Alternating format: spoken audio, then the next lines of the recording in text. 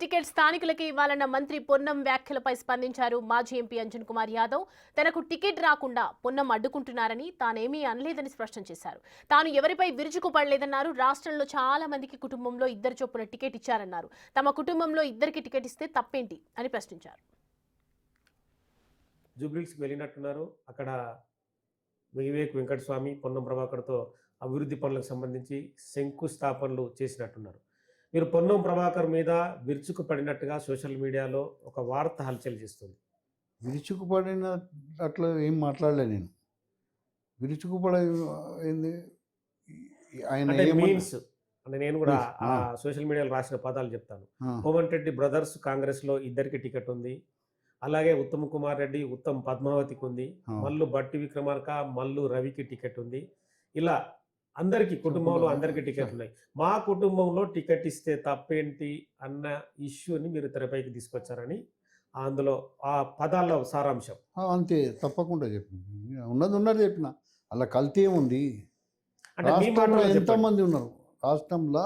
ఎంతమంది మీరే చెప్పారు. ఇప్పుడు ఇంకా కొన్ని మిస్ అయినాయి, అది చెప్పండి. అదే మహమూద్ అలీకి హైదరాబాద్లో టికెట్ ఇచ్చినట్టుగా బీఆర్ఎస్ నుంచి, అలాగే దివంగత నాయన్ నరసింహారెడ్డి కూడా టికెట్ ఇచ్చి గెలిపించుకున్నట్టుగా చూపించారు. చెప్పి అది వివేక్ కుటుంబం నుంచి కూడా వాళ్ళ బ్రదర్స్ కానీ కొడుకు కూడా ఎంపీగా ఉన్నారని చెప్పిన మాటలు కూడా అన్ని చెప్పిన. జానారెడ్డి సాబ్, జానారెడ్డి రఘువీర్ ఉన్నారు కదమ్మా. నేను తప్పేం చెప్పినా ఉన్నట్టే చెప్తున్నా. ఇంకేమైనా అంటున్నా? ఎవరైనా అపనింద పెడుతున్నా? అంటే పొన్నం ప్రభాకర్ మంత్రి టికెట్ రాకుండా అడ్డుకుంటున్నాడు ఎవరు మిమ్మల్ని? అట్లా ఉంటుంది ఏం లేదు.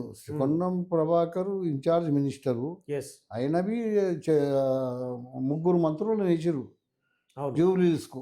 తుమ్మల నాగేశ్వరరావు, వివేక్ వెంకటస్వామి, మన పొన్నం ప్రభాకర్. అదే వాళ్ళ నివేదిక తీస్తారు. అయినప్పుడు మాతో పాటు పార్లమెంట్లో ఉన్నాడు కదా 5 ఏళ్ళు.